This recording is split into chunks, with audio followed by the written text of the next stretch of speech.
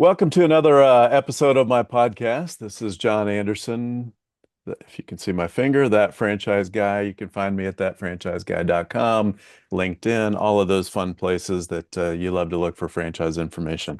I'm excited today as it's already the end of April in 2026, and um, can't believe how fast this year's going already. But I'm excited to have Ty McBride with me today, a fellow Oklahoman, about 100 miles down the road. Ty is the founder of Preservan franchise, and I'm going to let him introduce himself. But I know you guys will all be excited to hear a little bit about Preservan today and Ty's journey so far and the vision for where this is going. So yeah, Ty, please introduce yourself. Well, thanks, John. It's exciting to be here. Met you a few years ago, and it's been great to work with you. Yeah, so Ty McBride, founder of Preservan. I actually founded the company with my wife, April. Goodness, it is we're 10-year anniversary was this year of starting our original business, and kind of kicking off our entrepreneurial journey. So yeah, we've been doing this for 10 years now. That's exciting. And how long have you been franchising? Yeah, so the original concept that we started with was not this, and so we kind of went through all the hard knocks of entrepreneurship and bootstrapping and all of that stuff, but we landed on what kind of became the franchise model that we have now in 2021, and Mhm. then really felt like we had something special that we could grow outside of Oklahoma, and franchised it in 23. So we're pretty new to all this. Yeah, yeah. Well, you know what? And we've been working together probably at least since 2023, and I don't know that I realized it was all that new. So that's exciting for sure. Um, so tell us, I mean, what, before we get into the franchise opportunity, what is the core business the service that you provide? What is, why the name Preservin? Talk a little bit about how you got to that and what you do. Yeah, well, I guess kind of going back to the original business we started. So I had this crazy idea. I grew up in construction services, Mhm. home building, roofing. I grew up around all of that. My grandpa started building houses in 1972. So I've got a lot of experience in this place. But finding my own path, I found myself, and this is crazy, but I found myself restoring historic wood windows in Oklahoma City. Like I kind of just found this little niche where I was serving my neighbors. I lived in the area and I was serving my neighbors and I was fixing up their old wood windows.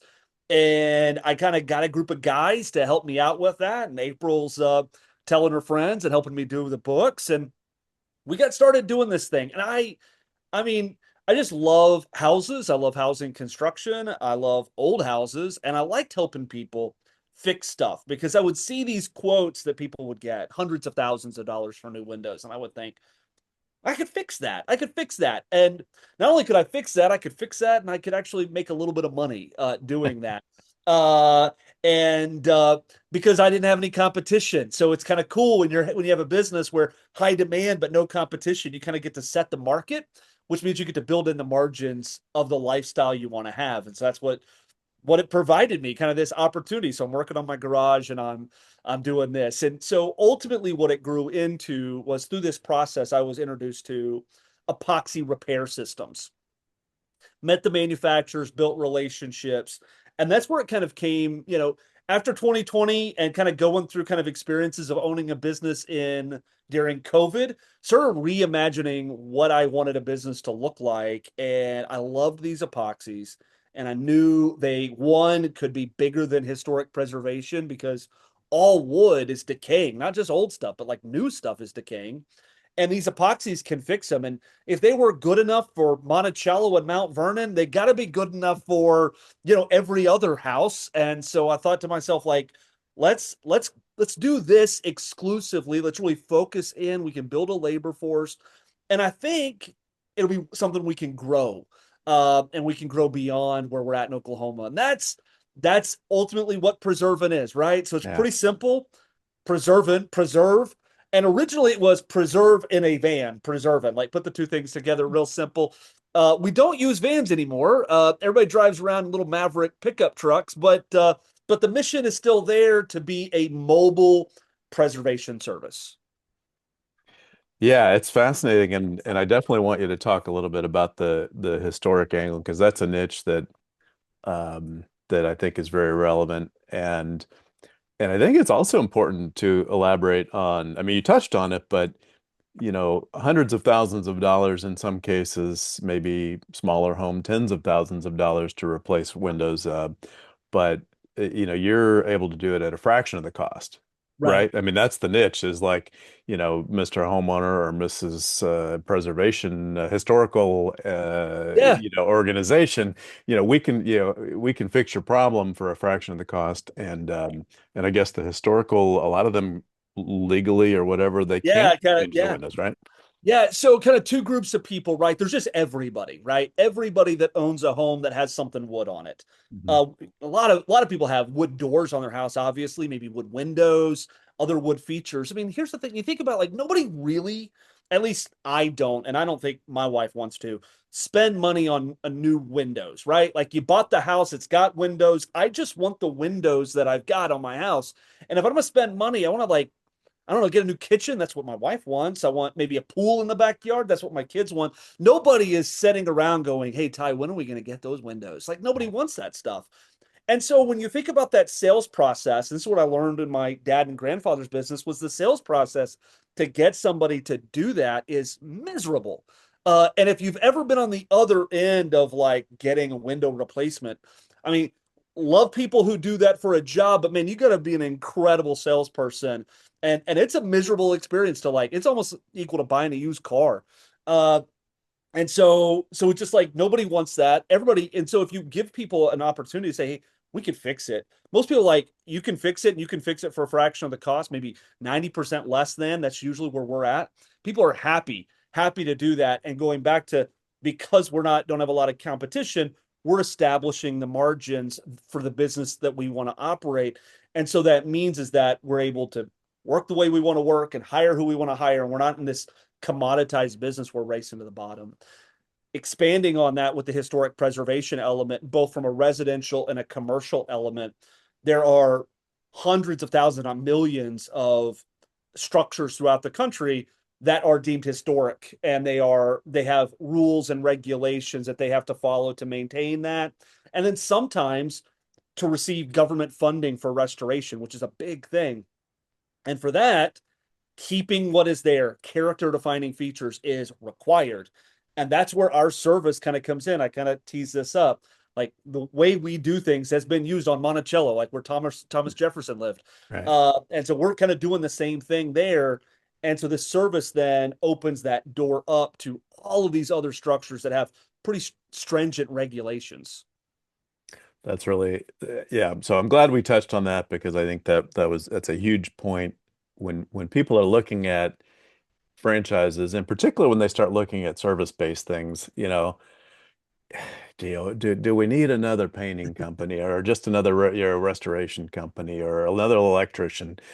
So this is really unique. I think it's a great niche and a great opportunity, and it's been exciting to follow the progress. So we talked, or you touched on, I'll say, the hiring and the labor and things Mhm. like that. So one thing people might be thinking is, well, gosh, do I need this to find these specialists that do this work, right? So talk about how and I'm making an assumption based on what I know, but how easy it is to find somebody who's relatively handy, teach them what you do and how to make it look really nice on a customer's home.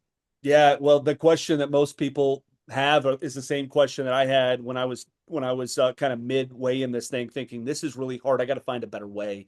And that's where the epoxies come in. Is that of course, you're not going to be able to like run an ad and find somebody who knows how to do what we do. However, what we have shown time and time again is it's a really simple system for the right individual to come from a Mhm. different place, maybe some sort of like handy background, minimal handy background, knows how to work a drill and a saw, and we can introduce them to the epoxy system and they can get up and running in 2 to 3 weeks, generating revenue, making customers happy, like really providing a really valuable service.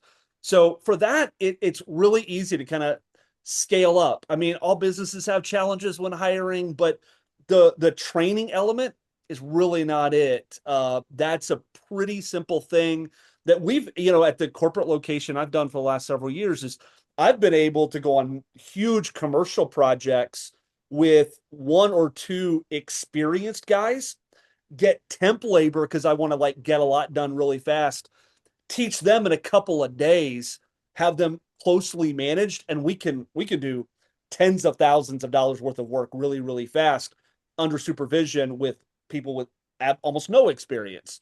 And so that's been what's really fun about the way that we do things and our system. Yeah, I think that's important as well because it's not just the opportunity, it's, people watching this thinking, can I do that? So if you extrapolate then from who's actually doing the day-to-day work on the homes or on buildings, Mhm. structures, I like the word you Yeah. used. Yeah. Um, how about the owner? I mean, I know from our work together and talking to you, you have a huge variety of backgrounds. So I don't necessarily want you to pigeonhole this is the type of person we're Yeah. looking for, but I think it's important for them to understand they don't have to have this kind of experience either, right? I mean, who are you That's looking for in general? we're definitely not looking for anybody that has any kind of this kind of experience because you won't. Yeah, There's such a small fraction of people who have experience in historic preservation. That's what makes the opportunity so great. right. It's a huge opportunity. Uh, so the kind of people we're looking for is people who have led teams to do things. That's always what I am looking for. You've led a team to do a thing. Whether that is you've led a team to develop a piece of software and release that piece of software. You've led a team. I've got a guy, our Dallas owner. You've led a team to make a rocket engine and put the rocket engine in a plane, right? Like you've led a team. I've got a guy manufacturing, like you've led a team to redevelop a factory floor and execute it and like see it go through and really do something. And so that's generally the kind of person that I think works well because it's a type of person who can see a project, see a thing, see how the pieces go together, and then see how they're going to use other people. They're going to work with other people to get the thing done. And so they're acting as a director in the business, as a project manager in the business, and not as a technician. We love for our owners to get their hands dirty and really understand the science and technology behind it, but we want it to be more from an educational perspective and not from an operational, like they're actually doing it perspective. Perfect. I think that's, and in this day and age, we're finding a lot of folks that fit that description who are not just some cases being forced to leave the labor Yeah, force, and in many cases they are anxious to leave the labor yeah, force yeah. and looking for things to do. And this type of thing, it just the average day, as I see it, for a Preservan franchisee is, I mean, you're out there with people. You're not just leading people, but right, you're meeting people. You're meeting these historic Yeah. building preservation agencies Uh-huh. and nonprofits, I imagine in some cases. Yeah, And so it's a very kind of I'd say kind of a consultant role Mhm. because you're going out and you're going to talk to homeowners and you're going to educate them. Sure. That's one customer site and educate them and consult them on how we can help them out. The other group is the commercial side of it. So it's the nonprofits that interact with historic preservation, but then it's the specialized architects going and presenting to them and educating them Yeah. about our service. And then it's the general contractors who usually get the larger bids that we bid underneath. So it's a very kind of consultant based, kind of project manager based role. Uh, but yeah, so it's a lot of people interaction, but to the point, it's not like a selling thing. It's Yeah. more of working with people to get them moving in a particular direction to get something done. Well, and that's where I was going with it too, and I'm glad you touched on the selling piece because a lot of people think when they start looking at franchise models, how much selling do I have to do? Yeah, And so, I mean, it's a love or hate thing, right? You either got the right. people who are all about it, or they really don't want to do it. And what I love about Preserving is it can take. that person who's got some personality, but is really more operationally focused, and they can plug into it and do really well.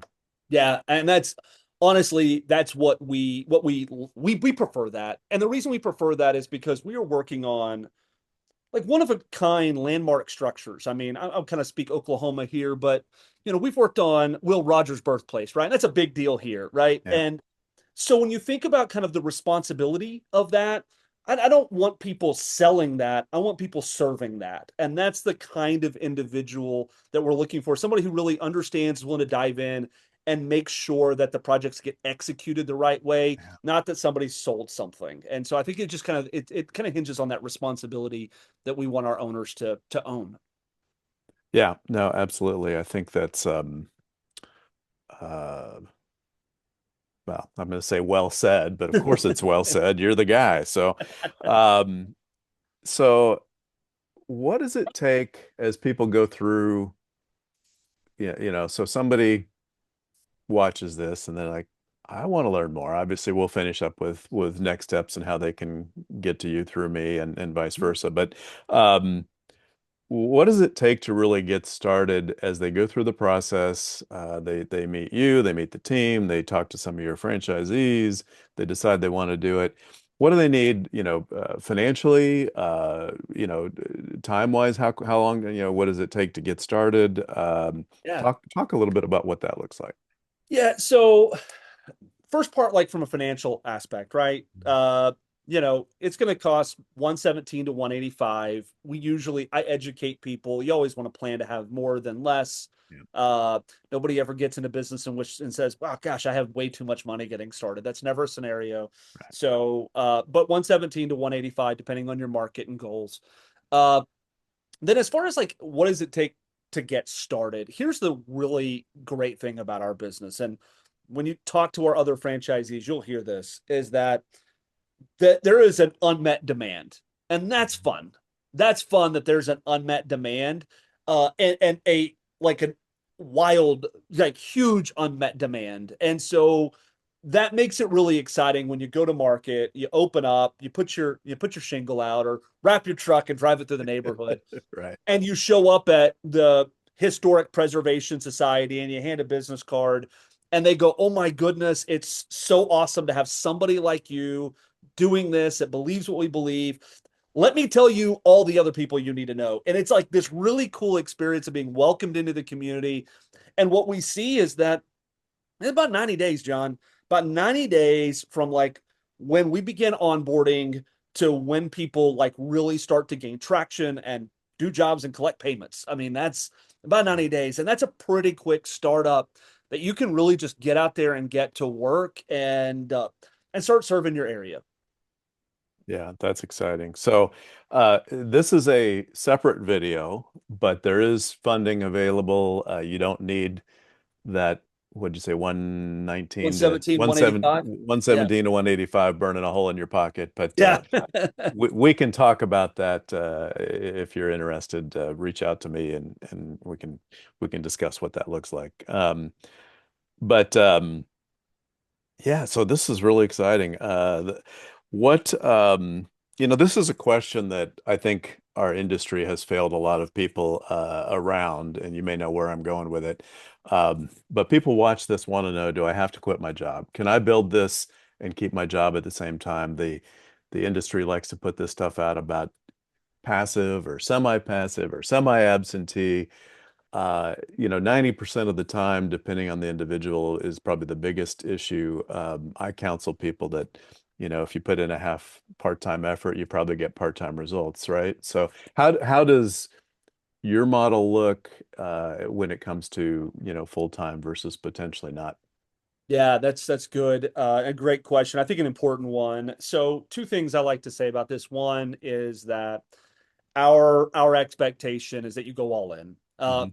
And it goes back to, and I say things like, we don't have customers, we have neighbors, and we're not going to sell, we're going to serve. And those things require you to really go all in with your community. And you just can't do that part-time.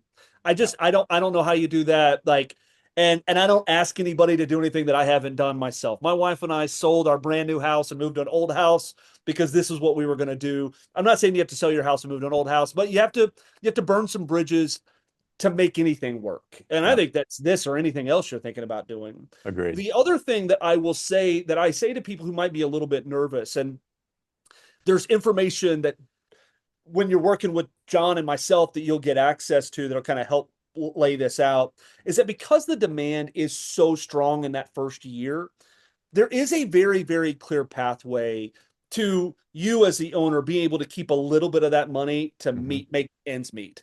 I don't ever want to promise anybody like full income replacement in year one, but we've got good examples because the demand is just there that folks are able to keep some money in year one, and that really helps when you're starting a business because a lot of our owners are uh, our parents, and they got young ones at home. Heck, we've had Yeah.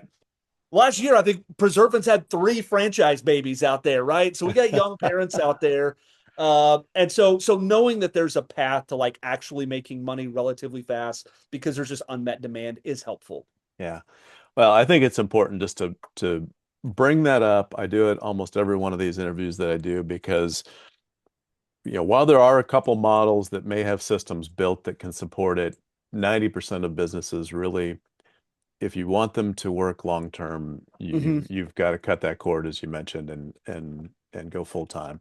There is ways, yeah, we're going back to the funding thing too, where you can overfund the startup a little bit, build yourself a little extra salary if that's That's right. needed. And that strategy that I coach people on, again, separate video, but I think it's relevant to the Yeah. conversation. So we have already gone way over the time I told you I'd take, but so I would say 30 to 60 seconds. Are there, what hot buttons, highlights, anything that I didn't ask or we didn't touch on yet that you think is relevant for people to know as we wind this down?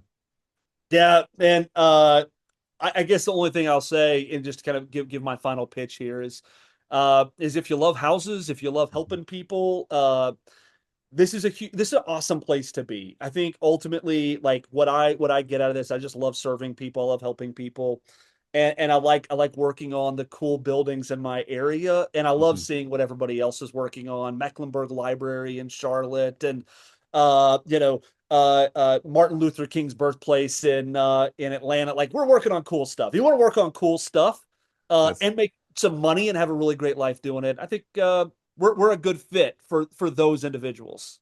Yeah, that's exciting. And having experienced a training day with some clients that joined Preservan, gosh, I can't believe it's been almost 2 years. It's been a It good has year and a been. half anyway. But Yeah. I can say, it's obviously you're doing a lot of work outside, but if you like working, being out in the community, if you like helping people in a way that almost nobody else is doing, Hmm. and so from a business opportunity, from a joy of getting out of something, that's not just a job, um, and getting to work with awesome folks, like you and your wife, I think is what you've built in a very short time is exciting, and I think the opportunity speaks for itself.